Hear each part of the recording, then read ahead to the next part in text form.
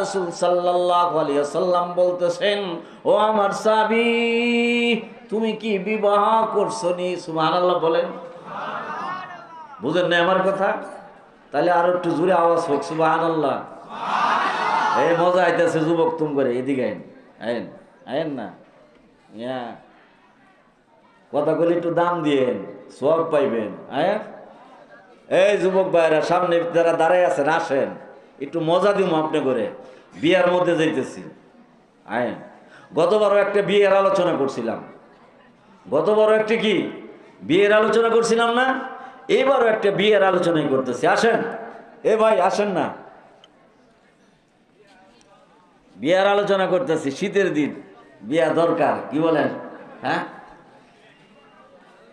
শীতের দিন বিয়ে করলে ল্যাপ খাতা কম্বল কম লাগবো, আর না করলে বেশি লাগবো। এর জন্য মনে করেন বিয়ে করা দরকার। আল্লাহ রসুলের সাহাবী প্রশ্ন করলেন, আল্লাহ রসুল বললেন, বিয়ে করছো? আমার কাছে বিয়ে কে দিব, আমার এই অবস্থা। আমার কাছে এটা সরাসরি বুখারীর থেকে আলোচনা করতেছি, এটা কোনো কিচ্ছা কাহিনী না, সরাসরি বুখারীর আলোচনা। আমার কাছে বিয়ে কে দিব, আমার বাড়ি নাই, ঘর নাই, থাকার কোনো জায়গা নাই। আপনার এখানে সুফার ভিতরে যদি খাও না, সে খাই, নাইলে না খাইয়াই থাকি, উপাস থাকি। বিয়ে করবানি? আল্লাহ রসুল যখন বলছে, হ্যাঁ ইয়া রাসূলুল্লাহ, বলেন কি, বিয়ে আবার কেউ না করে? আপনি যদি বলেন, তোমার কি কোনো পছন্দ আছে? বুঝছেন না? না, আমার এমনি কোনো পছন্দ নাই। যদি পছন্দ থাকে তাহলে বলো। আল্লাহ রসুল যখন বলছে পছন্দের কথা, তাহলে পছন্দ একটা বলি। কারণ আল্লাহ রসুল যদি বিয়ার প্রস্তাব দেয়, তাহলে তো পৃথিবীর কোনো মানুষ ফিরাই দিতে পারে না। আর যদি ফিরাই দেয়, এটা আল্লাহ রসুলের সাহাবী ফিরাই দিবে, এটা আমার কি? যাক, হে পছন্দ একটা এমন সাই, এমন জায়গায় একটা পছন্দ কইরা বসছে। মদিনার সবচেয়ে ধনাঢ্য পরিবার, মদিনার সবচেয়ে ধনী সাহাবী, এবং কি হুরে মদিনা তার মেয়ে, এই মহিলারে, এই মেয়েকে সে পছন্দ করে বসে। ইয়া রাসূলুল্লাহ, আপনি বলছেন আমার পছন্দ, আর মনে মনে চিন্তা করে পছন্দের কথা যখন বলছে, তাহলে বড় দিক কে, কই দানি দিক কে বলি, তাহলে মনে করেন যে এটা তাহলে আর কেমনে কি, বুঝছেন না? মনে করেন এরকম এক জায়গায় হাত দিছে, বুঝেন না? আমি যদি চেয়ারম্যানের মেয়েরে যদি আপনি প্রস্তাব দেন, গার্মেন্টসে চাকরি করেন, ঠ্যাঙ্গের নালা একটা থাকবো, বাইঙ্গা সস্তস করে আলাইব, কি কন, ঠিক না? এইবার বলতেছে, ইয়া রাসূলুল্লাহ, আপনি বলেছেন আমাকে পছন্দ আছে কিনা? মনে মনে আমার একটা পছন্দ আছে, যার জন্য মদিনার যুবকেরা পাগল। হুরে মদিনা যাকে বলে, সাইদের মেয়ে, ধনী সাহাবী, মদিনার সম্ভ্রান্ত পরিবার, যাকে দেখার জন্য মদিনার ছেলেরা পাগল পারা হয়ে আছে, আমি সেই মেয়েকে পছন্দ করি। আল্লাহু আকবার বলেন। গঠনমূলক আলোচনা করতেছে, বুঝছেন না? তাই নাকি? এই আয় মিয়া, মজা লাগবো, আয়েন এদিকে বন মিয়া, এরম করেন, আসেন মজা দিব, আয়েন বসেন, আরে না বসেন মিয়া, মজা পাইবেন, বুঝলেন না? এইবার তুমি তো এমন জায়গায় প্রস্তাব দিয়ে বইছ, অসম্ভবকে সম্ভব করা এটা কিভাবে সম্ভব? ইয়া রাসূলুল্লাহ, এটা আপনার সাহাবী, আপনার সাহাবী মানলে মানবো, না মানলে নাই, এটা আপনার, আমার কি? বুঝছেন না? এত কূপ দিয়ে বইছে। আচ্ছা ঠিক আছে, আসো, মন মেজাজ খারাপ যখন তোমার, আসো। এবার মদিনায় আসছে, আল্লাহ রসুলের এখানে বসছে। বসার পরে একখানা পত্র লিখছে, লেখার পরে বলতেছে, তুমি এক কাজ করো, এই তুমি আমার এই পত্রখানা নিয়ে এই মদিনার সাহাবী সাইয়্যিদের বাড়িতে নিয়ে পৌঁছাইবা তার হাত মারফত। তখন ওই সাহাবী বলতেছে যে, ইয়া রাসূলুল্লাহ, পত্র দেওয়ার পরে কি আমাকে কি আস্থা রাখবো? আমি কি ফিরে আসতে পারবো না, এই অবস্থায় থাকবে?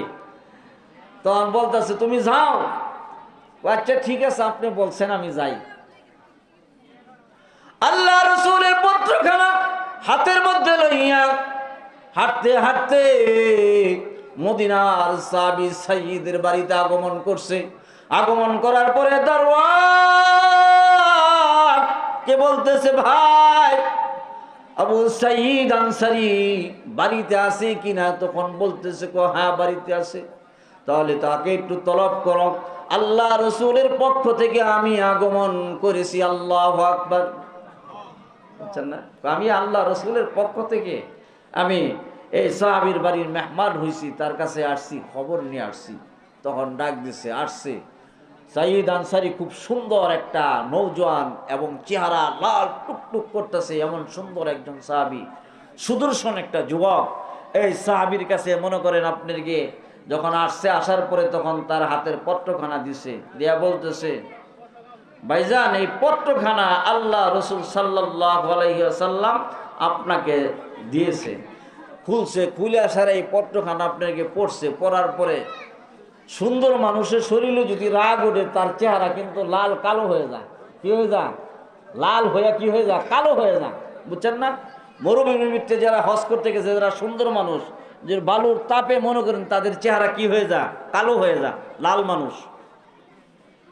এমন রাগ পাইছে, পাওয়ার পর তার দিকে তাকাইছে, বেটে ঠোঁটগুলা মোটা মোটা, দাঁতগুলা বাসা, চোখগুলা বড় বড়, মাথাটা এতটুক বড় এবং এরকম খাটা কালো কিসকিস করতেছে। কই এটা আমার মেয়ের সাথে তার বিয়ে হবে? এটা কি করে সম্ভব? রাগ এমন পাইছে, পাওয়ার পরে তখন তার অবস্থা দেখে এই সাহাবী আপনাকে দৌড় দিছে। তখন দারোয়ানকে বলছে, একে ধরো। এই কথা বলার সাথে সাথে আরো দিছে দৌড়। তখন তার মেয়ে দোতলা থেকে ছায়া ছায়া দেখতেছে যে ব্যাপারটা কি, কি হইল। ওই লোকটা বাবার হাতে একটা কি জানি দিল, এটা পড়ার পরে সে অস্বাভাবিক হয়ে গেল, রাগে এরকম হয়ে গেল, কারণটা কি? তখন বাবা যাওয়ার পরে মেয়ে বলতেছে, বাবা কি হয়েছে আপনার? ওই লোকের সাথে আপনার কি হয়েছে, কি সমস্যা? খুলে বলুন, খুলে বলুন। আপনি গেলেন স্বাভাবিক অবস্থায়, রাগান্বিত অবস্থায় ফিরে আসলেন, আপনার হাতের মধ্যে এটা কি? তখন বলতেছে, মারে এটা তোর শোনার প্রয়োজন নাই, দরকার নাই, কিন্তু আপনার কথা সব আমি শুনেছি। আল্লাহ রসুলের সাহাবী ওই পত্রখানা আল্লাহ রসুল সাল্লাল্লাহু আলাইহি ওয়াসাল্লাম তার হাত মারফত লিখিয়া আপনার নিকট প্রেরণ করছে। আর ওই সাহাবীর সাথে, ওই লোকটার সাথে আপনার মেয়ে বিবাহ দেওয়ার জন্য অনুরোধ করছে। আল্লাহ রসুলের কথা যখন বললেন, কাহামা তোমার জন্য এরকম পাত্র কি প্রযোজ্য? না না না, এরকম কালো বেঠে বাড়ি নাই, ঘর নাই, কোথায় জানি বাড়ি না, ইথিওপিয়া না আফ্রিকা জানি না, কিন্তু এরকম ছেলের সাথে কি তোমাকে বিবাহ দেওয়া যায় কিনা? যখন বললেন, বলার পরে বলতেছে, কথা তো সম্ভব না, কিন্তু বাবা একটা কথা আপনি মনে রাখুন, সে হলো আল্লাহ রসুলের সাহাবী, তার টাকা নাই, পয়সা নাই, দল নাই, দৌলত নাই, দেখতে কালো, খাটো, বেটে, ঠোঁট মোটা, দাঁত উঁচা, চোখগুলা বড় বড়, কিন্তু এটাও কোনো সমস্যা না। সে তো আল্লাহ রসুলের সাহাবী, আল্লাহ রসুল তাকে ভালোবাসে, আল্লাহ রসুলও তাকে ভালোবাসে, আর রসুলকেও সে ভালোবাসে। সে তো কুরআনুল কারীম তেলাওয়াত করতে জানে, পড়তে পারে। ওই সাহাবী যেই দিন মারা যাবে, আল্লাহ রসুলের হাত ধরে সে জান্নাতে চলে যাবে। আপনার দুনিয়ার অট্টালিকা আমার দরকার নাই, প্রয়োজন নাই, টাকা পয়সার দরকার নাই। ও বাবা, আমি উপযুক্ত মেয়ে, আমার বিবাহর বয়স হয়েছে, আমার এটা অধিকার আছে। আপনি যদি এই লোকের সাথে আল্লাহ রসুলের কথা যদি আপনি বয়কট করেন, আমি সশরীরে আল্লাহ রসুলের দরবারে চলে যাব। চলে যাওয়ার পরে আল্লাহ রসুলকে প্রস্তাব দিয়া আমি ওই যুবকের সাথে বিবাহ বসবো। কারণ হইল এটাই, হাসরের ময়দানে আমার আপনার কোনো নেক আমল, দুনিয়ার ধন যদি কবুল না হয়, ওই দিন আল্লাহ রসুলের সাহাবীদের প্রতি আল্লাহ তাআলা রাজি এবং খুশি। আল্লাহ তাআলা বলেন, রাদিয়াল্লাহু আনহুম ওয়া রাদু আন। আল্লাহ রসুল তার প্রতি রাজি এবং খুশি। ওই দিন হাসরের ময়দান যখন কায়েম হয়ে যাবে, আদাত উপরে সূর্য থাকবে, নিচে তামার মাটিগুলা বাতের মারে বাত বলক পাড়তে থাকবে। ওই দিন সকলে উপর দিকে তাকায় থাকবে, পানি পানি করে চিৎকার করবে, সমস্ত মানুষগুলা দৌড়াইয়া নবী পয়গম্বরদের কাছে চলে যাবে। যাওয়ার পরে সমস্ত নবী পয়গম্বররা দৌড়াইয়া সর্বপ্রথম হযরত আদম আলাইহিস সালাতু ওয়াস সালামের কাছে যাবে। যাওয়ার পরে হযরত আদমের কাছে যা বলবে, আল্লাহ পাক রব্বুল আলামিন আজকে হাসরের ময়দান কায়েম করছে। আদাত উপরে সূর্য, কেউ হাঁটু পানির মধ্যে কষ্ট করতেছে, কেউ বুক পানির মধ্যে কষ্ট করতেছে, কেউ গলা পানির মধ্যে কষ্ট করতেছে, কেউ পচা রক্ত পুজোর মধ্যে হাবুডুবু খাইতেছে। এই অবস্থায় চলতেছে। সমস্ত নবী পয়গম্বররা দৌড়াইয়া আল্লাহ নবী হযরত আদম আলাইহিস সালাতু ওয়াস সালামের কাছে যাবে। যা বলবে, হে বাবা আদম, আল্লাহ পাক রব্বুল আলামিন আপনাকে নিজ হাতে বানাইছে। আজকে হাসরের ময়দান উত্তপ্ত ময়দান, মানুষগুলা সকলেই কষ্ট করতেছে, আমার উম্মতেরা কষ্ট করতেছে, আমরা কষ্ট করতেছি। আপনি আল্লাহ পাক রব্বুল আলামিনের কাছে দোয়া করুন, আল্লাহ পাক রব্বুল আলামিন যেন হাসরের ময়দান উত্তপ্ত ময়দান সমাপ্ত করে দেন। যখন বললেন, বলার পরে বলতেছে, না না না, এটা আমার পক্ষে সম্ভব না। বুখারী মুসলিমের মধ্যে আসছে, এটা আমার পক্ষে সম্ভব না, কারণ আল্লাহ পাক রব্বুল আলামিন আজকে খুব রাগান্বিত অবস্থায় আছে, কঠিন রাগের মধ্যে আছে। এটা আমার পক্ষে সম্ভব না। আল্লাহ পাক রব্বুল আলামিন আমার কাছে কি জবাব চা, কি কৈফিয়ত চা, এটা আমি জানি না। আল্লাহ তাআলার হুকুম আমি অমান্য করেছি, এর কারণে দুনিয়ায় প্রেরণ করছে, আমার পক্ষে সম্ভব না। তোমরা এক কাজ করো, জামানার পয়গম্বর সর্বপ্রথম নবী করে রাসূল করে দুনিয়ার জমিনে প্রেরণ করছে, তোমরা সকলে দৌড়াইয়া হযরত নূহ আলাইহিস সালাতু ওয়াস সালামের কাছে যাও। তখন সমস্ত নবী পয়গম্বররা দৌড়াইয়া হযরত নূহ আলাইহিস সালাতু ওয়াস সালামের কাছে যখন চলে যাবে, যাওয়ার পরে হযরত নূহ আলাইহিস সালাতু ওয়াস সালাম কে যা বলবে, হে নূহ, আল্লাহ পাক রব্বুল আলামিন সর্বপ্রথম আপনাকে রাসূল করে প্রেরণ করছে, তাই আজকে হাসরের ময়দান উত্তপ্ত ময়দান, আল্লাহ পাক রব্বুল আলামিনের কাছে আপনি দোয়া করুন, আল্লাহ তাআলা যেন হাসরের ময়দান উত্তপ্ত ময়দান সমাপ্ত করে দেয়। যখন বললেন, বলার পরে বলল, না না না না না, আমিও পারবো না, আমিও পারবো না। আমি যে অন্যায় করছি, যে অপরাধ করছি, এই অপরাধের কারণে আমাকে আল্লাহ রাব্বুল আলামিন যদি আজকে কৈফিয়ত চা, আমি এর জন্য খুব ভয়ঙ্কর অবস্থার মধ্যে আছি, তাই আমি পারবো না, আমার পক্ষে সম্ভব না। তোমরা এক কাজ করো, সমস্ত নবী পয়গম্বররা দৌড়াইয়া বলল, তোমরা এক কাজ করো, আমি পারবো না। হযরত ইব্রাহিম আলাইহিস সালাতু ওয়াস সালামের কাছে যাও।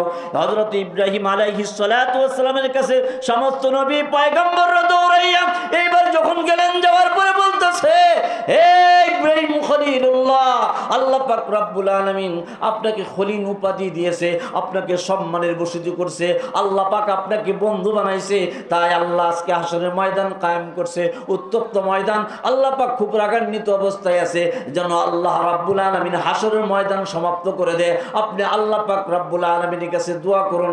যখন বললেন, বলার পরে বলতেছে, না না না না, এটা আমার পক্ষে সম্ভব না, আমিও পারবো না। কেন পারবেন না? যে মূর্তি ভাঙার পরে আমি মিথ্যা বলেছি, আর এই কারণে আল্লাহ পাক রব্বুল আলামিন যে আমার কাছে কি যদি মিথ্যার জন্য যদি কৈফিয়ত চায়, আমি কি দিব, তাই আমার পক্ষে সম্ভব না, আমিও পারবো না। সমস্ত নবী পয়গম্বরদেরকে তখন হযরত ইব্রাহিম আলাইহিস সালাতু ওয়াস সালাম বললেন, তোমরা এক কাজ করো, হযরত মূসা আলাইহিস সালাতু ওয়াস সালামের কাছে যাও। সমস্ত নবী পয়গম্বররা দৌড়াইয়া হযরত মূসা আলাইহিস সালাতু ওয়াস সালামের কাছে গেলেন, যায় বলতেছে, হে আল্লাহর নবী, আপনি একজন জলিল মুকদ্দর সাহাবী, আল্লাহ পাক রব্বুল আলামিনের সাথে সবচেয়ে বেশি কথোপকথন করছেন। আল্লাহ পাক রব্বুল আলামিন আজকে হাসরের ময়দান কায়েম করছে, আদাত উপরে সূর্য, নিচে তামার মাটি, বাতের মারের মতো মজব গোলা বলক পড়তেছে, তাই আল্লাহ পাক রব্বুল আলামিন যেন হাসরের ময়দান সমাপ্ত করে দেয়। আল্লাহ পাক রব্বুল আলামিনের কাছে দোয়া করুন। তখন বলতেছে, না না না না না, এটা আমার পক্ষে সম্ভব না, আমিও পারবো না। কেন পারবেন না? আমি একজন কিপ্তিকে হত্যা করছি। আল্লাহর নবীর গায়ে কত শক্তি ছিল, বাম হাতে একটা থাপ্পড় দিয়েছে, 14টা টুকরা হয়ে গেছে। আল্লাহু আকবার বলেন, আল্লাহু আকবার। এইবার হযরত মূসা আলাইহিস সালাম বললেন, এই অপরাধের জন্য তো আমি দায়ী, মাখলুক সৃষ্টি করছে আল্লাহ, তাকে মারার অধিকার আমাকে দেয় নাই। আজকে আমার এটা অনিচ্ছাকৃতভাবে মৃত্যু হয়ে গেছে, এটার জন্য আমি দায়ী না। তাই এটার জন্য যদি আল্লাহ পাক রব্বুল আলামিন কৈফিয়ত চায়, আমি কি কৈফিয়ত দিব? যখন এই কথা যখন বললেন, বলার পরে বলল, ভাই এটা আমিও পারবো না, আমার পক্ষে সম্ভব না, আমার পক্ষে সম্ভব না। সমস্ত নবী পয়গম্বররা দৌড়াইয়া হযরত ঈসা আলাইহিস সালাতু ওয়াস সালামকে পাঠাইলেন, যাও তার কাছে যাও, সে যদি কিছু করতে পারে। সমস্ত নবী এবং পয়গম্বররা দৌড়াইয়া হযরত ঈসা আলাইহিস সালাতু ওয়াস সালামের কাছে আসিয়া বললেন, হে আল্লাহর পয়গম্বর, আল্লাহ পাক রব্বুল আলামিন আপনাকে বাদশা আল্লাহর কুদরতি পক্ষ থেকে আপনার মায়ের গর্ভে সন্তান ফুঁকে দিয়েছে, আপনি হয়ে গেছেন। আল্লাহ পাক রব্বুল আলামিন আপনাকে অনেক ইজ্জত সম্মান দান করছে। আজকে হাসরের ময়দান, উত্তপ্ত ময়দান, এই ময়দানের ভিতরে সকলের উম্মতেরা কষ্ট করতেছে, নবী পয়গম্বররা আমরাও কষ্ট করতেছি। তাই আল্লাহ পাক রব্বুল আলামিন যেন হাসরের ময়দান, উত্তপ্ত ময়দান সমাপ্ত করে দে, দোয়া করুন। তখন বলতেছে, না না না না, আমার উম্মতেরা আমাকে আল্লাহর পুত্র, আমার মাকে আল্লাহর স্ত্রী বলছে, আমার উম্মতদেরকে বলি নাই। যদি আল্লাহ পাক রব্বুল আলামিন এই কৈফিয়ত যদি আমার কাছে চায়, আমি কি কৈফিয়ত দিব? এর জন্য আল্লাহ পাক খুব রাগান্বিত অবস্থায় আছে, আমার পক্ষে সম্ভব না, আমি ভয়ে ডরে থরথর করে কাঁপতেছি। তাহলে কি করে সম্ভব? তখন বলতেছে, তোমরা এক কাজ করো, জামানার পয়গম্বর আমার পক্ষে সম্ভব না, জামানার পয়গম্বর সাইয়্যিদুল মুরসালিন, খাতামুন নবিয়্যিন, শাফিউল মুযনিবিন, আখির আউয়াল জাহির বাতিন তিনি। তখন বললেন, তুমি মুহাম্মাদুর রাসূলুল্লাহ সাল্লাল্লাহু আলাইহি ওয়াসাল্লাম তার কাছে তোমরা যায় সুপারিশ মাঙ্গো। সমস্ত নবী পয়গম্বররা দৌড়াইয়া এইবার আমাদের নবীকে তালাশ করতে আরম্ভ করলো। কোথাও পায় না, কোথাও পায় না। ফুলসিরাতের কাছে মাকামে মাহমুদ, আল্লাহ পাক রব্বুল আলামিন একমাত্র মাকামে মাহমুদ আমাদের নবীকে প্রতিষ্ঠিত করছে। দুনিয়ার জমিনে কোনো নবী এবং কি রাসূল পীর পয়গম্বরকে মাকামে মাহমুদ দেয় নাই। আল্লাহ তাআলা বলেন, মাকামে মাহমুদ কেন দেওয়া হয়েছে? আল্লাহ রাসূল তাহাজ্জুদ পড়তেন, যারা তাহাজ্জুদ পড়বে আল্লাহ তাআলা বলেন, ওয়া মিনাল লাইলি ফাতাহাজ্জাদ বিহি নাফিলাতাল লাক আসা আইয়াবআসাকা রাব্বুকা মাকামান মাহমুদা। আল্লাহু আকবার। যে ব্যক্তি তাহাজ্জুদের নামাজ পড়বে, যে ব্যক্তি বেশি বেশি নফল ইবাদত করবে, ওদেরকে মাকামে মাহমুদ দান করা হবে। আল্লাহ রাসূলকে মাকামে মাহমুদ দান করছে। মাকামে মাহমুদ দান করার কারণে যারা তাহাজ্জুদ গুজার, যারা আল্লাহওয়ালা, যারা বুজুর্গ, মাকামে মাহমুদটা কি? উঁচা একটা পাহাড়, সবুজ রঙের একটা পাহাড়, সবুজ একটা কাপড় পরিহিত থাকবে, আল্লাহ রাসূলের মাথার মধ্যে সবুজ একটা পাগড়ি থাকবে। ওই পাগড়ি পরিহিত অবস্থায় যখন হাসরের ময়দান সমাপ্ত হয়ে যাবে, তখন মানুষদেরকে আল্লাহ পাককে বলবে, আল্লাহ আমার উম্মতরা জাহান্নামী, আল্লাহ আপনি এদেরকে মাফ করে দেন। যখন সাজদায় পড়ে কাঁদবে, কাঁদার পরে এমন সময় আল্লাহ পাক রব্বুল আলামিন বলবেন, বান্দা হে নবী আপনি কাঁদিয়েন না, দুনিয়া কাঁদাইছি, আর কাঁদার প্রয়োজন নাই, আপনি ফাঁস পা লিমান শিফা, আপনাকে আমি শাফাত করার অধিকার করে দিলাম। আল্লাহু আকবার। আর ওই দিন সর্বপ্রথম আমাদের নবী সাইয়্যিদুল মুরসালিন, খাতামুন নবিয়্যিন, মুহাম্মাদুর রাসূলুল্লাহ সাল্লাল্লাহু আলাইহি ওয়াসাল্লাম উনি সর্বপ্রথম সুপারিশ করবেন। সুপারিশ করে তখন জান্নাতে নিয়ে যাবেন। যারা তাহাজ্জুদ পড়ে ওদেরকে ফাতাহাজ্জাদ বিহি নাফিলাতাল্লাহ, ওই দিন মাকামে মাহমুদ অবস্থা থাকা অবস্থায় আল্লাহ রাসূল এদেরকে সুপারিশ করে জান্নাতে নিয়ে যাবে। আল্লাহ রাসূলের মাধ্যমে দোয়া করা হবে। যখন দোয়া করবে, সাজদায় পড়ে যখন কাঁদবে, আল্লাহ আপনি হাসরের ময়দান সমাপ্ত করে দেন, আল্লাহ হাসরের ময়দান বিচারের কাজ ফায়সালা করে দেন, যে যা করছে তার বদলা দিয়ে দেন। জাযা ওয়ারা ইয়াউমুল হাসর, ইয়ানি কা বদলা দিনাকে দিন, জাযা ওয়ারা ইয়াউমুদ্দিন, যে যা করছে তার বদলা পাওয়া যাবে। ওই দিন আপনার আমলনামা সামনে পেশ করা হবে, ওই দিন আপনার কিতাব আপনার সামনে পেশ করা হবে। আল্লাহ তাআলা বলেন, ইকরা কিতাবাকা কাফা বিনাফসিকাল ইয়াউমা আলাইকা হাসিবা। তখন আল্লাহ পাক রব্বুল আলামিন তার সামনে কিতাবখানা পেশ করবে, বই পেশ করবে। তখন দেখবে রাতের আধারে এত গোপনে পাহাড়ের উপরে একা একা মদ খাইছেন, একটা মেয়ের সাথে জিনা করছেন, ওই গুনাহটাও লেখা, ছোট্ট একটা গুনাহ তাও লেখা। এটা কেমন আমলনামা? আপনি দেখতে পায় বলবেন, হায় এটা কেমন আমলনামা, কেমন বই, আমার ছোট্ট একটা জাররা পরিমাণ গুনাহ আমার এটার মধ্যে লেখা।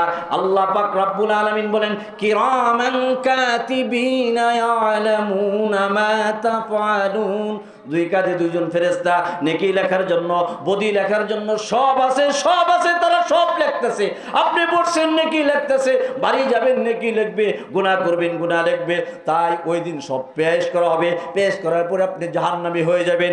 ওই দিন আল্লাহ রাসূল সাল্লাল্লাহু আলাইহি সাল্লাম জাহান্নামের ভিতরে, তখন যখন আপনার নবীর উম্মত যখন জাহান্নামের ভিতরে জ্বলতে থাকবে, চিৎকার করতে থাকবে, চিৎকারের যন্ত্রণা, আল্লাহ রাসূল জাহান্নামের দরজার পাশে দাঁড়াইয়া হাত দুখানা তুলিয়া বলবে, আল্লাহ আপনি আমার গুনাহগার উম্মতদেরকে মাফ করে দেন, আল্লাহ আপনি আমার গুনাহগার উম্মতদেরকে মাফ করে দেন।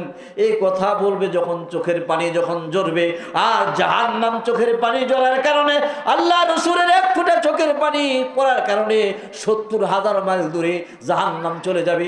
তখন বলবে, হে জাহান্নাম ক্ষান্ত হও, এই জাহান্নামের ভিতরে আমার বন্ধুর উম্মত কে কে আছে? একেবারেই নয়। তখন বলবে অমুক অমুক আছে।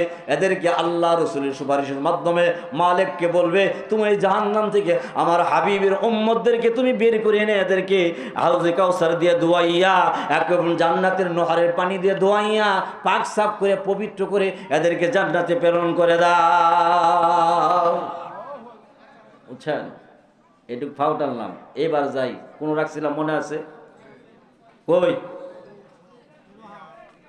বিবাহ না, সিডি লয়ে গেছে, এবার দৌড় দিছে চাবি, ঠিক না নাকি? দৌড় দিছে। ওয়াজ মনে না রাখলে ওয়াজ ছাইড়া দেবো। কি মনে থাকবো? হ্যাঁ, গরম করতেছে, একটু এটা খুলে লই। হ্যাঁ,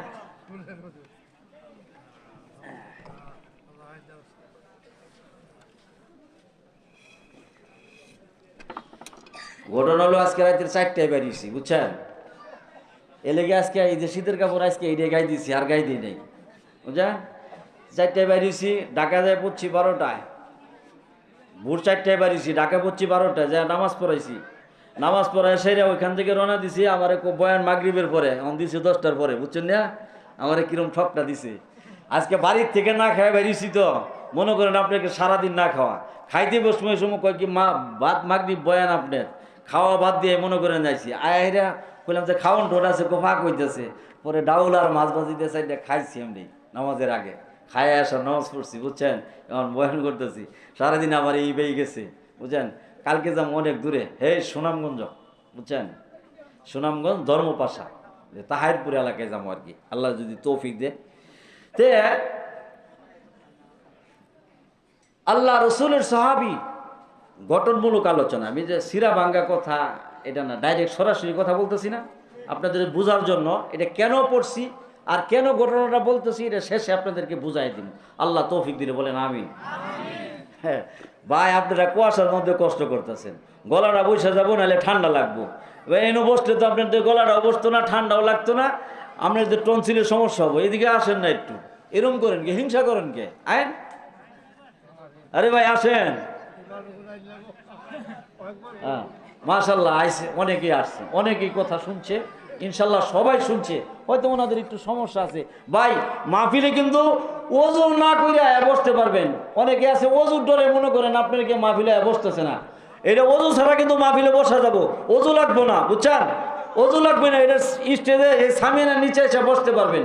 মসজিদে কোনো নামাজ পড়লে ওযু লাগবে, বুঝছেন? আর এটার মধ্যে কি ওযু লাগবে না, ওযু ছাড়া বসতে পারবেন। যাদের ওযু নাই হ্যাঁ বসেন, সমস্যা নাই, এটা ভাঙে দিলাম মাসালা। আবার ডরে করবে যে ওযু ছাড়া যায় বসমো, শীতের রাত, হ্যাঁ এটা যেন না হয়, এ ওযু লাগবো না, আপনারা বসেন। আল্লাহ রাসূলের সাহাবী দারওয়ানকে বললেন। এইবার আল্লাহ রাসূলের সাহাবী দৌড়াইয়া আল্লাহ রাসূলের দরবারে চলে গেলেন। যাওয়ার পরে আল্লাহ রাসূলের সাহাবী আল্লাহ রাসূল দেখিয়া বলতেছে, কি খবর? কই ইয়া রাসূলুল্লাহ, ইয়া হাবিবাল্লাহ, আমাকে পাইলে তো কামারছি, বুঝলেন না? কি হয়েছে? সিডি একটা দিছি, দেওয়ার পরে প্রস্তাব দিছি, দেওয়ার পরে মনে করেন দাঁড়াই আসছিলাম, পইরা সাইরা এমন রাগ পাইছে, আমারে ধরার জন্য কইছে, উঠটা দিছি দৌড়। আল্লাহ রাসূল মুস্কি হাসে এবং তার সাহাবী হাসে। আচ্ছা ও ঠিক আছে বসো।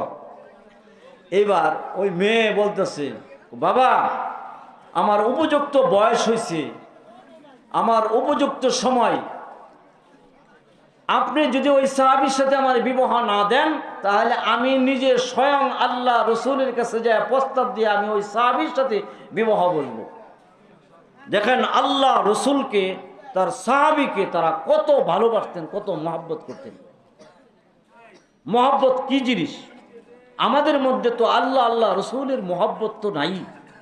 এই যে মাদ্রাসাকে যদি আপনি মহব্বত করেন, মাদ্রাসার ছাত্রদেরকে যদি আপনি মহব্বত করেন, মাদ্রাসার উস্তাদদেরকে যদি আপনি মহব্বত করেন, তাহলে আল্লাহ আল্লাহ রসুলকে মহব্বত করা হলো। বুঝছেন? এটা অন্তরের মধ্যে এই মহব্বত আসলে তখন নবীর প্রতি মহব্বত আসবে, সাহাবার প্রতি মহব্বত থাকবে, আল্লাহর প্রতি মহব্বত আসবে। কারণ নবীর ঘর মাদ্রাসা, এটা যখন দান খয়রাত করবেন, সদকা করবেন, এই ছেলেদেরকে মহব্বত করবেন, একবেলা নিয়ে খাওয়াবেন, এটার কারণে আল্লাহ তাআলা আল্লাহ আল্লাহ রসুলের মহব্বত আপনার অন্তরের মধ্যে পয়দা করে দিবে। বুঝছেন? আমাদের মহব্বতের দরকার আল্লাহ আল্লাহ রসুলের, কি ঠিক না? এই জিনিসটাই বুঝাইতে চাইতেছি। এইবার সাইদের স্ত্রীকে বলতেছে, মেয়ে তো এই কথা বলে, বুঝছেন না? আমাদের মেয়েরা তো মনে করেন সরকারি চাকরিজীবী, হ্যামস্যাম, সেনাবাহিনী, সচিব, বিসিএস ক্যাডার লাগবো, ঠিক না? কিন্তু আমাদের মেয়েরা এটা বলে না যে আল্লাহওয়ালা, বুজুর্গ, দিনদার, এরকম দেখে একটা ছেলে দেখে বিয়া দাও, যেন নামাজ রোজা ইবাদত বন্দেগী করতে পারি, ঈমান নিয়ে মরতে পারি, এরকম ধরনের একটা সিমটাম একটা ছেলে দেখে বিয়া পড়ায় দাও। এই কথা বলে না, বলে সরকারি চাকরি লাগবো, 5 তলা বাড়ি লাগবো, 10 গাড়ি লাগবো আমার, ঠিক আছে, এবং কি হ্যামসম ছেলে লাগবো, যদি হয় তাহলে বসবো, আর যদি ছেলের মুখে যদি দাড়ি থাকে তাহলে আমি বিয়া বইতাম না। এটা দাড়ি যার না থাকে এটা খড়খড়া হয়ে যায়, 2-1 দিন গেলে এটা বসা দিল তেমনি খড়খড় করে। আর জাগর দাড়ি আছে এটা তুলার মতো নরম, কি কর, ঠিক না? এটা মনে করেন লাগলে কি আরাম লাগে, এটা ব্যাক কল, এরা বুঝে না, এরা কি বুঝে না। এটার জন্য দায়ী হইল ওর বাপ মা, কারণ আল্লাহ আল্লাহ রসুলের আদর্শ শিক্ষা দেয় নাই, আল্লাহ আল্লাহ রসুলের মহব্বত তাদেরকে পড়ায় নাই, কোরআন হাদিস শিক্ষা দেয় নাই, কারণে আজকে এই অবস্থা আমাদের মেয়েরা। কারণ এই মেয়েটাকে বিবাহ দিলেন, দিন পাইল না, এটার দ্বারা আপনার জাহান্নাম অবধারিত হয়ে যেতে পারে। আর যদি দিন পায়, এই মেয়েটার কারণে আপনাকে আল্লাহ তাআলা জান্নাতি বানায় দিবে, আপনাকে কি জান্নাতি বানায় দিব। কথাগুলো বাস্তব। রাত্রে শুয়ে শুয়ে চিন্তা করেন, শরীরের ঘাম পানি করে এই মেয়েকে মানুষ করলাম, এই মেয়ে আজকে দিনদারি নাই, আল্লাহ ওয়ালা নাই, পর্দা, নামাজ দিনের মধ্যে 5 বার ফরজ, 1 বার ওয়াজিব, পর্দা দিনের রাতে 24 ঘন্টায় ফরজ, দিনের রাতে কি 24 ঘন্টায় কি ফরজ। আর এরকম ফরজ হাজার হাজার বার তরক করতেছে, আপনি তো আপনার বাবা, আপনার গুনাহ হইতেছে, আপনার গুনাহ হইতেছে, গুনাহ থেকে বাঁচা দরকার। এবার মেয়ের মা ও রাজি, মেয়েও রাজি, মেয়ের বাবা ঠিক আছে তাহলে চলো যাই আল্লাহ রসুলের দরবারে। সুবহানাল্লাহ বলেন, আরো জোরে বলেন সুবহানাল্লাহ। এবার চলছে সকলে মিলিত হইয়া চলার পরে এইবার আল্লাহ রসুলের দরবারে হাজির ওই যুবক সাহাবী, আপনার গিয়ে আল্লাহ রসুলের এখানে বসা, তখন বলতেছে ইয়া রাসূলুল্লাহ, তারা তো আসতেছে আমাকে বেন ধইরা মারে। তখন আল্লাহ রসুলের পিছনে যায়, যেভাবে আসছে আল্লাহ রসুলের পিছনে যায় সে বসছে, ইয়া রাসূলুল্লাহ আমি আপনার পিছনে বসলাম, হ্যাঁ আমার যেন কিছু না কয়, তুমি বসো চুপ করে। আল্লাহ রসুল বললেন বসছে, বসার পরে আসছে, আয়েশা সালাম দিছে, আসসালাতু আসসালামু আলাইকা ইয়া রাসূলুল্লাহ ইয়া হাবিবাল্লাহ, কেমন আছেন আপনি? তখন বলল হ্যাঁ আলহামদুলিল্লাহ, আল্লাহ তাআলা আমাকে ভালো রাখছেন। তাহলে তুমি বলো কিসের জন্য আসছো, কি খবর? ইয়া রাসূলুল্লাহ আপনার এই ছেলেটাকে দিয়ে আমার কাছে পত্র লেখা পাঠাই দিয়েছিলেন আমার মেয়ের বিবাহের প্রস্তাবের জন্য, আপনি কি পাঠাইছিলেন? হ্যাঁ আমি পাঠাইছিলাম। তাহলে কি তোমরা কি রাজি? আমি রাজি না শুধু আমিও রাজি, আমার মেয়েও রাজি, আমার আহলিয়াও মেয়ের মাও রাজি। সুবহানাল্লাহ সুবহানাল্লাহ, বুঝছেন? রাজি হয়ে গেছে। তখন এইবারে বলতেছে ইয়া রাসূলুল্লাহ এটা কয় কি? তাহলে বিবাহ পড়াই দেন। কি কয়? বিবাহ পড়াই দেন। বিবাহ পড়াই দেবো, ওই বিবাহ পড়াই দেবো তো ঘর কই? আসলে এটা আপনি বলেন কি, আমি ঘর ভামো কই? আমার বাড়ি নাই, ঘর নাই, আমি আপনার এখানে থাকি, আপনি ঘর দেওয়া হলে আমাকে ঘর দিবেন, কারণ আমি আপনার লোক, আমি আপনার সাহাবী, আমার বাড়ি ঘর নাই, আমি এখানে থাকি, আপনি আমাকে বিবাহ দিবেন, তাহলে আপনি আমাকে ঘর দিবেন না? আচ্ছা ঠিক আছে, যাও, ঘরের ব্যবস্থা করলাম। সুবহানাল্লাহ বলেন। আরে মিয়া, এই কথাগুলো যখন বলতেন আল্লাহ রসুল হাসতেন, হাইসে হাইসে সুবহানাল্লাহ বললেন। এটাও একটা কি সুন্নত, এটাও কি সুন্নত। যখন বললেন, বলার পরে আচ্ছা ঠিক আছে, ঘরের ব্যবস্থা না হইল, তাহলে এবার তো মোহর লাগবো। মোহর বাও করো। মোহর বাবু কই? ইয়া রাসূলুল্লাহ, আপনি এখানে খাওয়ান আসলে আমি খাই, আনালে উপাস থাকি, আনালে কি উপাস থাকি, তাহলে আমি এখন মোহর দিব কই থেকে? মোহর লাগবো না বিবাহ করাইলে? দেন মোহর লাগবো না? দেন মোহর ছাড়া কি বিবাহ হবে? যখন এই কথা বলছে, বলার করে আচ্ছা যাও, মোহরের ব্যবস্থা করি। তুমি এক কাজ করো, আমার এক সাহাবী হযরত আবু বকর রাদিয়াল্লাহর কাছে যাও, আবু বকরের কাছে যাও, যা বলবা আল্লাহ রসুল বলছে 200 দিরহাম দেওয়ার জন্য। সুবহানাল্লাহ বলেন। আরে মেয়ে, সওয়াব পাইতেছেন আপনারা। সুবহানাল্লাহ বলবেন, ঘুমও ভাঙবো, সওয়াবও পাইলেন। সবটা একটা হইলো, এই সুবহানাল্লাহর পবিত্রতা সাক্ষী দিলেন, মরার সময় এটাও এই সাক্ষী হইব, আল্লাহ তাআলা কবরের জিন্দেগিও মাফ করে দিব আপনাকে। এর জন্য বলি, বারবার সুবহানাল্লাহ বলবেন। তো আচ্ছা ঠিক আছে, আল্লাহ রসুলের সাহাবী পাঠায় দিলেন, যাও হযরত আবু বকরের কাছে যাও, আবু বকরকে যা বলবা আমি রসুল বলেছি 200 দিরহাম দেওয়ার জন্য। যখন বললেন আচ্ছা ঠিক আছে, এবার যাই আল্লাহ রসুলের কথা যায় বললেন 200 দিরহাম দেওয়ার জন্য। এবার 200 দিরহাম বলার পরে আবু বকর কিছু বাড়ায়া দিয়া, আল্লাহ রসুল 200 দিরহাম বলছেন, আরো কিছু বাড়ায়া তখন কি করলেন, ওই সাহাবীকে দিয়া দিলেন, যাও লয়ে যাও। এবার আসলেন 200 দিরহাম দিয়া আল্লাহ রসুলকে বললেন, ইয়া রাসূলুল্লাহ, আবু বকর 200 দিরহাম দিয়েছে। আচ্ছা ঠিক আছে, রাখো। এবার 200 দিরহাম আরেকজনের কাছে যাও, আমার আরেক সাহাবী হযরত উসমান রাদিয়াল্লাহর কাছে যাও। উসমানের কাছে যা বলবা আল্লাহ রসুল বলছে 200 দিরহাম দেওয়ার জন্য। এই কথা শোনার পরে উসমান 200 দিরহাম শোনার পরে আরো কিছু বেশি টাকা দিয়ে দিলেন, 200 দিরহামের বেশি দিয়া এবার আল্লাহ রসুল সাল্লাল্লাহু আলাইহি ওয়াসাল্লাম কি করলেন, আর আনিয়া যখন দিলেন, দেওয়ার পরে বললেন আচ্ছা ঠিক আছে নাও। এবার বললেন দিরহাম সংগ্রহ হয়ে গেছে, দেনমোহর সংগ্রহ হয়ে গেছে। এইবার বিবাহ কেনাকাটা করার জন্য আলতা, লিপস্টিক, জুতা, সোনো, কাপড় চোপড়ের দরকার, এটার জন্য আরো 200 দিরহামের প্রয়োজন। তখন বললেন, তুমি আমার এক গরিব সাহাবী, বরকতি সাহাবীর কাছে যাও, যা বলো আমি রাসূল বলেছি 200 দিরহাম দেওয়ার জন্য। হযরত আলীর কাছে পাঠাইছে, যা থাকে সব দিয়ে দে, ঘরের মধ্যে কিছুই রাখে না। হযরত আলী রাদিয়াল্লাহর কাছে যখন পাঠাইলেন, পাঠানোর পরে হযরত আলীও দিলেন। দেওয়ার পরে এই বরকতি সাহাবীর টাকাগুলো নিয়ে আসিয়া আল্লাহ রসুলের দরবারে দিলেন। দরবারে দেওয়ার পরে বললেন, তুমি এক কাজ করো, যাও মদিনার বাজারে যাইয়া বিবাহর বাজার করো, আর এরপরে আসো, দেন মোহরের টাকা আমি রেখে দিলাম, আমি এরপরে বিবাহ পড়াইয়া দিব, তুমি বাসর করবা।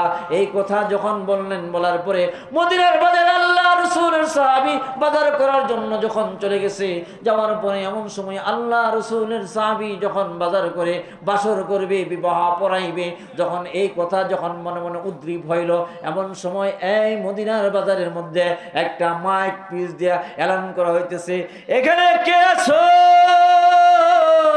মদিনার কোন সাহাবী যদি থাকো, আল্লাহ রসুলের কোন সৈনিক যদি থাকো, তাহলে তাড়াতাড়ি এখান থেকে চলে যাও, যুদ্ধের ময়দানে যুদ্ধ আরম্ভ হয়ে গেছে, যুদ্ধের ময়দানে যাইতে হবে, যদি থাকো তাহলে তাড়াতাড়ি চলে আসো। এমন সময় ওই সাহাবী, আল্লাহ রসুলের সাহাবী তখন চিন্তা করলেন, আমি কেমন মুসলমান, আমি কেমন মুসলমান, আর এইদিকে আল্লাহ রসুল যুদ্ধের ময়দানে যুদ্ধ করবে, আর আমি এইদিকে বউলে বাসর করব, এটা আমি এমন মুসলমান নয়, এটা আমার পক্ষে সম্ভব হইতে পারে না, হইতে পারে না। যখন এই কথা মনে মনে ভাবলেন, তখন কেনাকাটার টাকা দিয়া আল্লাহ রসুলের সাহাবী কি করলেন, কালো একটা বুরকা ক্রয় করলেন বাজার থেকে। ক্রয় করার পরে ওই সাহাবী আরেকটা ঘোড়া কিনলেন, ঘোড়া কেনার পরে কয়েকটা রেকাব কিনলেন, তলোয়ার কিনলেন, কিনিয়া এইবার আপনার গিয়ে সরাসরি এখান থেকে বুরকা পরিহিত অবস্থায় ওইখান থেকে ব্যবহার বাসর বাদ দিয়া তখন সরাসরি যুদ্ধের ময়দানে চলে গেল। যাওয়ার পরে যুদ্ধ চলতেছে, তুমুল বেগে যুদ্ধ চলতেছে। এমন সময় দেখলেন বুরকা পরা অবস্থায় যখন আল্লাহু আকবার বলে, সামনে যত কাফের আছে সবগুলা কাফেরকে জাহান্নামে পাঠায় দিতেছে। এমন সময় এক সাহাবী বলতেছে, ইয়া রাসূলুল্লাহ, ইয়া হাবিবাল্লাহ, এই যুদ্ধের ময়দানে তো কোনো আল্লাহর ফেরেশতা অংশগ্রহণ করে নাই, এটা তো ফেরেশতা না মানুষ, একে তো আমরা চিনি না, বুরকা পরা অবস্থায় সে যুদ্ধ করতেছে। এমন সময় আল্লাহ রাসূল দূর থেকে তাকাইয়া দেখে যখন তলোয়ার চালাবে, এমন সময় হাত যখন বাহির হয়েছে, বাহির হওয়ার পরে দেখে এটা তো আমার সাদ সালাবি, কোন আল্লাহু আকবার, আরো জোরে বলেন আল্লাহু আকবার। ওই সাদ সালাবি যখন দেখতে পাইল কি ব্যাপার, সে তো বাসর করার কথা, মদিনায় বাজার করার জন্য পাঠাইছি, সে কেন যুদ্ধের ময়দানে আসলো? এমন সময় যুদ্ধ করতে করতে যুদ্ধের ময়দান জয় হয়ে গেছে। যুদ্ধের ময়দান যখন জয় হয়ে গেল, হওয়ার পরে কয়জন সাহাবী শাহাদাত বরণ করছে। যুদ্ধের ময়দান জয় করার পরে গনিমতের মাল গ্রহণ করা জায়েজ, আর গনিমতের মাল যখন সংগ্রহ করে আর সাহাবী কয়জন মারা গেছে খুঁজিয়া খুঁজিয়া বাহির করে, পরে চিপার ভিতরে পারদেশে আল্লাহ রাসূলের সাহাবী বুরকা পরা অবস্থায় তার নিথর দেহটা পড়ে আছে। তখন মুখ খুলিয়া দেখে আল্লাহ রাসূলের সাহাবী সাদ সালাবি বুরকা পরা অবস্থায় যে যুদ্ধ করছে, এখানে তার নিথর দেহটা পড়ে আছে। তখন আল্লাহ রাসূলকে যাইয়া সালাম দিয়ে বলতেছে, ইয়া রাসূলুল্লাহ, ইয়া হাবিবাল্লাহ, যে নাকি আমাদের সাথে বুরকা পরা অবস্থায় সে যুদ্ধের ময়দানে যুদ্ধ করছে, এটা আর কেউ না, আপনার সাদ সালাবি আমাদের ভাই। আল্লাহু আকবার, আরো জোরে বলেন আল্লাহু আকবার। সে তো যুদ্ধ করছে, শাহাদাত বরণ করছে। তখন আল্লাহ রাসূল চোখের পানি ছেড়ে দিয়া বলে, হায় আরে, তোকে আমি টাকা দিয়ে পাঠাইলাম, তোকে আমি টাকা দিয়ে পাঠাইলাম মদিনার বাজারে বাজার করার জন্য, আমি তোর বিবাহ পড়াইব, তুই বাসর করবি, তুই কেন বাজার না করিয়া, বাসর না করিয়া কেন তুই যুদ্ধের ময়দানে আসলি? তুই আমাকে এত ভালোবাসো? আল্লাহ রাসূল বলে, ও সাহাবী, তুই আমাকে এত ভালোবাসো, তুই আমার আল্লাহকে এত ভালোবাসো, আমি তো বুঝি নাই, আমি তো বুঝি নাই। আল্লাহ রাসূল কাছে আসলেন, আসার পর তার গায়ের মুখটা সরাইয়া আল্লাহ রাসূল বারবার চুমা খায়। সাহাবী রে, তুই আমার কলিজা ঠান্ডা করে দিছিস, তুই কেন যুদ্ধের ময়দানে আগমন করলি? তুই বাসর করবি, বোর মোহাব্বত না করিয়া, বাসর না করিয়া তুই আমার মোহাব্বতে আল্লাহকে রাজি খুশি করার জন্য যুদ্ধের ময়দানে কেন চলে আসলি? আল্লাহ রাসূল চুমায় তার বুকের মধ্যে ধরিয়া লাগায়া বলে, ও আমার সাহাবী রে, তুই আমার কলিজা ঠান্ডা করে দিয়ে দোস, আল্লাহ তাআলা তোকে জান্নাতে, তুই জান্নাতি, তুই জান্নাতি, জান্নাতি বলে আল্লাহ রাসূল কান্দে, সামাজ বাইন্দা কান্দে। এমন সময় আল্লাহ রাসূল তাকে কি করলেন, কুলের মধ্যে জড়ায়া ধরলেন, জড়ায়া ধরিয়া আল্লাহ রাসূল বুকের মধ্যে লাগাইয়া লাশটা নিয়ে মদিনার কুলে যখন আসলেন, আর এমন সময় সাহাবারা পায়ের দিকে ধরছে, ধরার পরে বলতেছে, তুই শুধু জান্নাতি, জান্নাতি। আল্লাহু আকবার বলেন, আল্লাহু আকবার। এদের ছিল মহব্বত, এরা ছিল আল্লাহ পাকের আশিক, আল্লাহ রাসূলের আশিক। আপনি আমার আশিক, স্ত্রীর সন্তানের আশেক, দুনিয়ার আশেক, সম্পদের আশেক, সব কিছুর আশেক, নষ্টা প্রসাদ গান্দা দুনিয়ার আশেক। এই আশেক হয়ে আপনি মুমিন দাবি করেন, মুসলমান হয়ে আপনি কবরে যায় ঈমান নিয়ে কবরে যেতে চান, আপনি জান্নাতের মালিকানা হইতে চান? হ্যাঁ, এত সোজা নাকি জান্নাত? জান্নাত কি রূপজাত সম্পদ নাকি? জান্নাত দুনিয়া থেকে কামাই করে নিয়ে যেতে হয়। জান্নাত কই থেকে নিতে হয়? দুনিয়া থেকে কামাই করে নিয়ে যেতে হবে। দুনিয়া থেকে যদি নিতে না পারেন, কবর জগতে যায় হাসর ময়দান ফুলসিরাত, আপনি কি জান্নাত পাওয়ার যোগ্য নয়।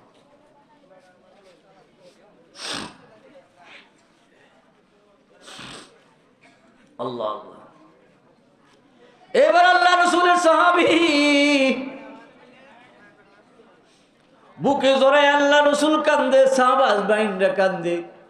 সাহাবারা বলে, আল্লাহ, এই জায়গার ভিতরে সাদ সালাবি যদি না হইতো, সাদ সালাবি যদি না হইতো, আজকে শাহাদতটা যদি আমার হইতো, এই যুদ্ধের ময়দানে শাহাদতটা যদি সাদ সালাবি না হইয়া যদি আজকে আমি যদি হইতে পারতাম, আমার ভাগ্যটা কতই না প্রসন্ন হইতো, আমার নসিবটা কতই না ভালো হইতো। এই কথা বলে আর সাহাবীরা কান্দে। সাদ সালাবি, তোর মতো কপালওয়ালা মানুষ, কপালওয়ালা সাহাবী আল্লাহ রসুল আর মনে দ্বিতীয় আর কেউ নাই। আল্লাহ রসুল বারবার শুধু জান্নাতি বলতেছে। এইবার আল্লাহ রসুলের সাহাবী কে বলতেছেন যে তোমরা কবর খনন করো, কবর খনন করো। কবর খনন করার পরে বললেন, এর লাশটা আমার হাতের মধ্যে তুলে দাও। আল্লাহু আকবার বলেন। কত মহব্বত, কত ভালোবাসা আল্লাহ রসুলের কাছ থেকে। সাদ সালাবি, ঠোঁটটা মোটা, চোখটা বড় বড়, দাঁতগুলা বাসা বাসা, মাথাটা এতটুক বড়, কালো কিসকিসা, বেটে একটা মানুষ কেমন ভাবে আল্লাহ রসুলের হৃদয় জয় করছে, আল্লাহ রসুলের ভালোবাসা অর্জন করছে। এই ভালোবাসা কি আমাদের অর্জন করা দরকার আছে না নাই? একটা লোক উঠবেন না। কারা কারা এই ভালোবাসা অর্জন করার জন্য তৈরি? এটার মধ্যে আরো মজা আছে। আরো ওয়াজ করলে আপনারা কানতে কানতে অস্থির হইবেন। কান্দাই তো দরকার, কি বলেন?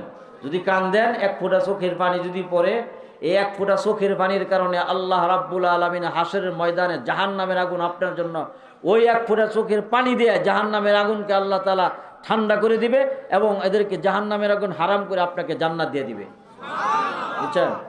তাহলে বলেন, আল্লাহ আল্লাহ রসুলের মহাব্বত কারা কারা চান? সকলেই চান। আমি এখান থেকে হাত নামান, একটা লোক উঠবেন না, কসম আল্লাহ। আমাদের প্রধান মেহমান মুফতি নূর হোসেন নুরানি, উনি আয়সা পড়ছে। উনি মনে করেন জাগা নাকা বক্তা, একবারে মনে করেন আপনাকে ধুলাই করে দিব।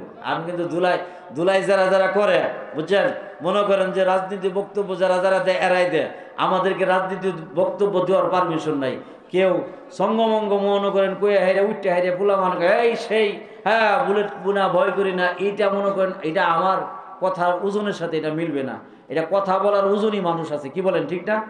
হ্যাঁ, এর জন্য এটা বলা সবাই না। আমি লেগে এগুলো বললাম না, বলার লোক একজন আসতেছে, মনে করেন মাটকা ফাই দেবো ইনশাল্লাহ, অপেক্ষা করেন, কিছুক্ষণের মধ্যে চলে আসব। আমরা আল্লাহ আল্লাহ রসুলকে মহাব্বত করে ভালোবাসি, ভালোবাসা চাই, সকলেই তো রাজি ইনশাল্লাহ। আমি এখান থেকে এনো ৫০০-১০০০ মানুষ হবে, কসম আল্লাহর একটা লোক উঠবেন না। আপনাদের কাছে অনুরোধ, হ্যাঁ, আপনি যদি উঠে যান, আমি মনে করব আপনি কোরআন হাদিস বিরোধী। এখান থেকে আমি ১১৪ জন মানুষ চাই। কয়জন? ১১৪ জন। কোরআন শরীফের সূরা কয়টা? হ্যাঁ, ১১৪টা। এটাই নিশ্চিত রাতে একটা বরকত আপনাদেরকে দেই। এক একটা সূরার এক একটা বরকত, এক একটা সূরার এক একটা ফজিলত, এক একটা সূরার এক একটা ব্যাখ্যা, এক একটা সূরার এক একটা শানে নজুল, এক একটা সূরার এক একটা রহমত। এখন এই রহমতগুলো যদি এক একজনে এক একটা নেন, আপনাদের কি লস হবে? কথা বলেন। হ্যাঁ, এটা দরকার আছে না? কারণ আমরা তো চলে যাব। দুনিয়া গান্দা, দুনিয়া ফালাইছে, আমার আপনার চলে যেতে হবে। আমি একজন মানুষ সর্বপ্রথম চাই ১,০০০ টাকা, যে আমি আল্লাহর নবীর ঘরের জন্য আমি দিব একটা রহমত। সর্বপ্রথম ১ নম্বর সূরার বরকতটা কেরা নিবেন? কোন ১,০০০ টাকা।